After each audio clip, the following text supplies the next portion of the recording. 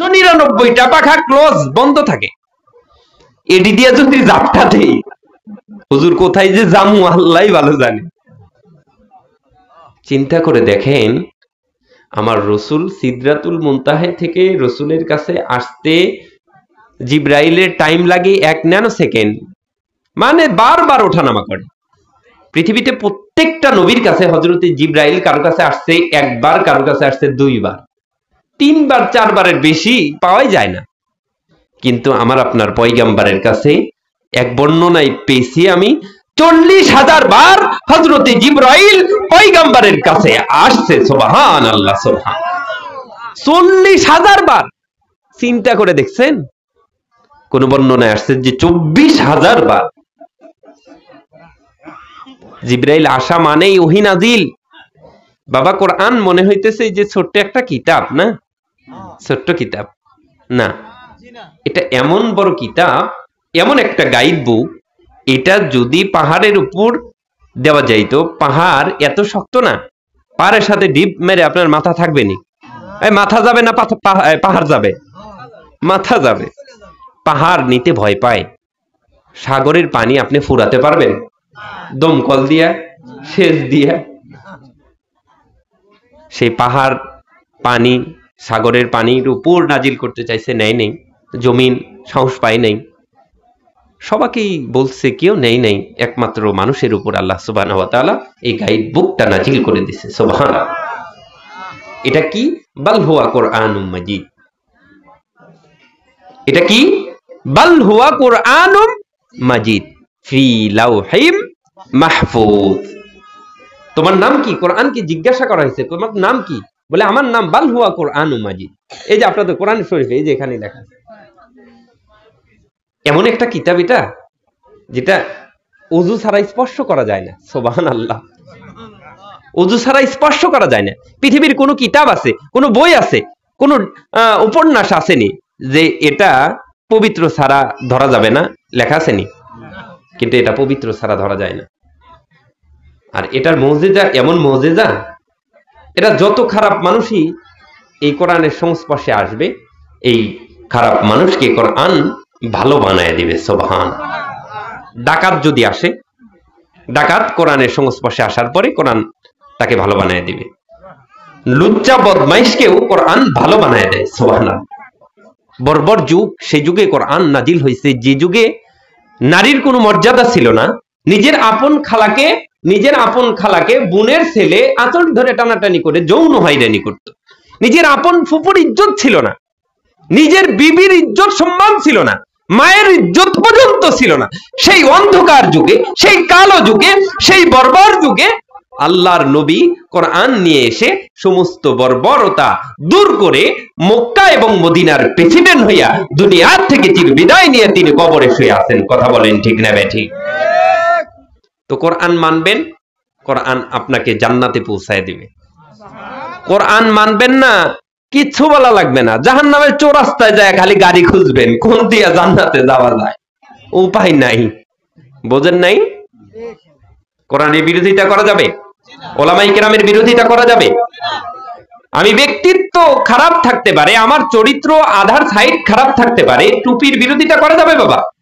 এই পাঞ্জাবির বিরোধিতা করা যাবে? পাগড়ির বিরোধিতা করা যাবে? কোরআনের বিরোধিতা করা যাবে?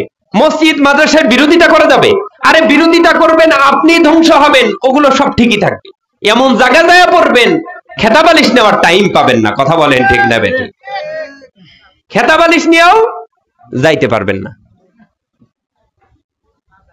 আমার আল্লাহর ক্ষয় নাই, আমার আল্লাহর মরণ নাই, আমার আল্লাহ সর্বশক্তিমান, আমার আল্লাহ সর্ব কিছু জানেন, আমার আল্লাহ আলিমুল গায়ব। আমার ভিতর জানে, বাহির জানে, মনে মনেও যদি গালি দেন তারপরেও আমার আল্লাহ জান। বোঝেন নাই? হৃদয়ের মধ্যেও যদি আপনার ওই যে টুপি দেখলে রাগ ওঠে, কোরআন হাদিসের কথা শুনলে মনের মধ্যে খালি গুতায়, খারাপ লাগে, এটা হলো খারাপ দিলওয়ালা লোক। কোরআনের সংস্পর্শে আসেন, কোরআনের কাছে কোরআন আহ্বান করতেছে, ডাকে আপনাকে যে আসেন, কোরআন মানবেন, কপাল খুলে যাবে, জান্নাতি ব্যক্তি আপনি হয়ে যাবেন। সুবহানাল্লাহ। অবন্ধুগণ, আমার ভাইরা, পর্দার আড়ালের মা, হযরতে জিবরাইল ডাক দিয়া বলেন, ইয়া রাসূলুল্লাহ, ইয়া হাবিবাল্লাহ, এই বদরের প্রান্তরে আমরা সাহাবায়ে কেরাম, আমরা ফেরেশতাগণ আপনার সাহাবায়ে কেরামের সঙ্গে যুদ্ধ করব নবীজি।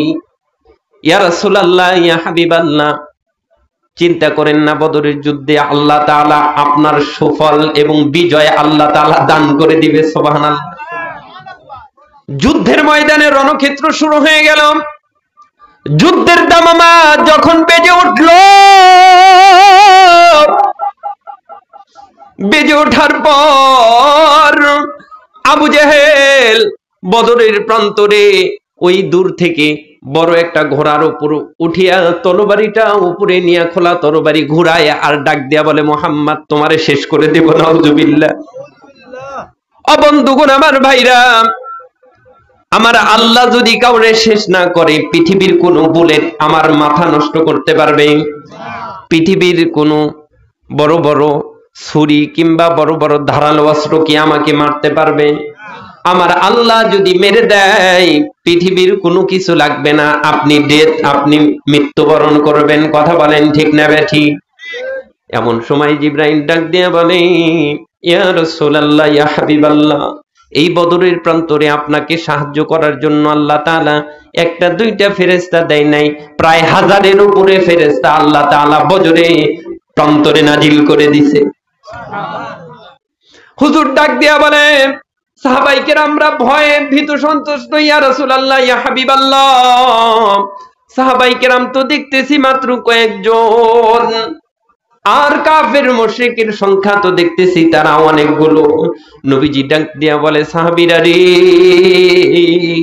আমি নবী যা দেখি তোমরা তা দেখো না।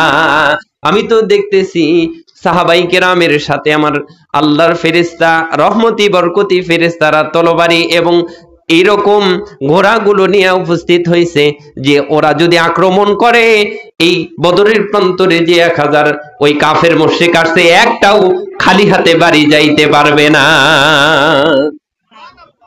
ও বন্ধুগণ, আমার ভাইরা, পদ্মার আড়ালের মা,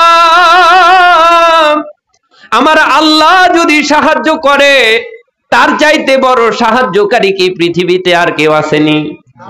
আর কেউ নাই। আমার নবী ডাক দিয়ে বলে, আমার দোয়ার পরে, নবীর বলে, আমার দোয়ার পরে দেখি ফেরেশতারা নাইমা আসছে। ফেরেশতারা নাইমা আইসা, ফেরেশতারা আমার সাহাবায়ে কেরামদেরকে সঙ্গে নিয়ে বদরের প্রান্তরে যুদ্ধ শুরু করে দিছে। আব্দুর রহমান বিন আউফ নামে একজন সাহাবী ছিল। এই আব্দুর রহমান বিন আউফ ছিল মক্কার একজন সাহাবী। ওই মাস এবং মুআব্বাস এরা দুইজন ছিল মদিনার সাহাবী। একজনের বয়স একেবারে 13 আর একজনের বয়স 14। এই 12 এবং 14, 13, 14 বছরের যুবকরা আব্দুর রহমান বিন আউফের দুই পাশের দুই ভাই দাঁড় হয়ে গেছে। আপনারা ঘটনা সকলেই জানেন। এই দুইটা বাচ্চাকে রাসূল সাল্লাল্লাহু আলাইহি ওয়াসাল্লাম বদরের যুদ্ধের জন্য তাদেরকে উপযুক্ত হিসেবে ঘোষণা করে নাই, কিন্তু তারা দুই ভাই কুস্তি লইরা রসুলের সাথে প্রমাণ করে দিছে যে আমরা যুদ্ধে যাওয়ার জন্য প্রস্তুত, নবী নিতেই হবে আমাদেরকে। এক পর্যায়ে রসুল দুইজনকেই নিয়ে নেয়। নেওয়ার পর যখন যুদ্ধের ময়দানে রণক্ষেত্রে যখন যুদ্ধ শুরু হয়ে গেল, আব্দুর রহমান বিন আউফ ডাক দিয়ে বলে, এই দুইটা বাচ্চা ছিল আমার দুই পাশে, একসাথে, এক পাশে ছিল মাস আর এক পাশে ছিল মুআব্বাস। যুদ্ধ করতেছি। আব্দুর রহমান বিন আউফ ছিল খুব ভালো একজন বড় যোদ্ধা, খুব চতুর একজন যোদ্ধা। বড় মানুষের বুদ্ধি আর বাচ্চা মানুষের বুদ্ধি, দুইটা বুদ্ধি কি একনি? জোরে বলেন, একনি। আব্দুর রহমান বিন আউফ ডাক দিয়া বলে, যুদ্ধের ময়দানে চারদিক খেয়াল রাখতে হয়, সামনের দিকে, ডান দিকে, বাম দিকে, পিছনের দিকে, আবার উপর দিকে, আবার নিচ দিকেও খেয়াল রাখতে হয়। কেন জানেননি? যুদ্ধের ময়দানে এমন করে যুদ্ধ ক্ষেত্রটা সাজানো হয় যে সেখানে যদি মাটির নিচ দিয়েও যদি হামলা করে, সেখানে যদি গর্ত রাখে, উপরে সুন্দর করে কাঠ কিংবা অন্য কিছু বিছায়া রাখে, হাঁটতে গিয়া যদি গর্তের মধ্যে পড়ে যায় তাহলে তো বিপদ আছে না নাই?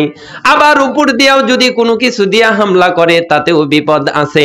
ডান দিকেও খেয়াল রাখতে হয়, বাম দিকেও খেয়াল রাখতে হয়, পিছনের দিকেও খেয়াল রাখতে হয়, সামনের দিকেও খেয়াল রাখতে হয়। আব্দুর রহমান বিন আউফ ডাক দিয়া বলেন, আমি চারদিক খেয়াল রাখার পর এই দুইটা ভাই, একটা ভাই যেহেতু ছোট্ট, ডান দিক থেকে আমার পেটের মধ্যে চিমটি লাইগা ডাক দিয়া বলে, আম্মুন। আব্দুর রহমান বিন আউফ, আম্মুন অর্থাৎ চাচা, চাচা আব্দুর রহমান বিন আউফ, আপনি আমারে দেখায় দেন কোনটা আবু জেহেল। ডান দিক থেকে কি পেটের মধ্যে মারছে চিমটি, চিমটি বোঝেন না? এই যে এরকম আপনি কিন্তু না ভাই, আপনি আবার মন খারাপ করেন না। চিমটি মারছে, চিমটি মারার পর আব্দুর রহমান বিন আউফ দেখে বেটা চিমটি মারলি কেন? আব্দুর রহমান বিন আউফকে লক্ষ্য করে ওই মাছ ডাক দিয়া বলতেছে, চাচা একটু দেখায় দেন না, আমরা তো মদিনাত থাকি, কোনটা আবু জেহেল? আব্দুর রহমান বিন আউফ ডাক দিয়া বলে, আমি ওই বাচ্চার কথা বলতেছি, শুনতেছি, কিন্তু আমি তো মক্কার লোক, আবু জেহেল আমি চিনি, ওরা তো চেনে না।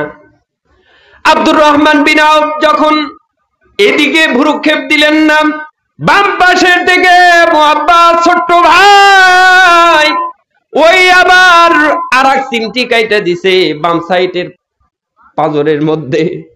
চিমটি কাইটা ডাক দিয়া বলে, চাচা গো আব্দুর রহমান বিন আউফ, আবু জেহেল কোনটা দেখায় দেন। আব্দুর রহমান বিন আউফ ডাক দিয়ে বলে, আবু জেহেলের ততক্ষণ পর্যন্ত আমি দেখি নাই, এখনো পর্যন্ত দেখি নাই। আবু জেহেলকে দেখলে তো আমি তারে বলবো, কিন্তু আমি চতুর্দিকে খেয়াল করার কারণে আমি তাদের কথাটা আবার ভুলে গেছি। ভুলে যাওয়ার পরে কিছুক্ষণ পরে আবার আর এক সাইড থেকে ঘা মারা শুরু করে দিছে। চাচা বলেন না কোনটা আবু জেহেল? ওই বড় ভাই যা করে ছোট ভাই তাই করে, বুঝেন নাই? সেম সেম বাচ্চারা এরকম করে, কি করে না? ছোট্টবেলায় দেখবেন একসাথে একটা জায়গায় যাইতে চাইছে একটা বাচ্চা, আবার আর একটা বাচ্চার সমবয়সী, ও কয় আমি ওই জায়গায় যাবো, আমার নেই নেই কান্নাকাটি করে, কি করে না? এই বড় ভাই যা করে ছোট ভাই তাই করে, সেম সেম। আব্দুর রহমান বিন আউফ ডাক দিয়া বলে, আমার বিরক্ত বোধ হইতেছিল দুইটা বাচ্চার উপর।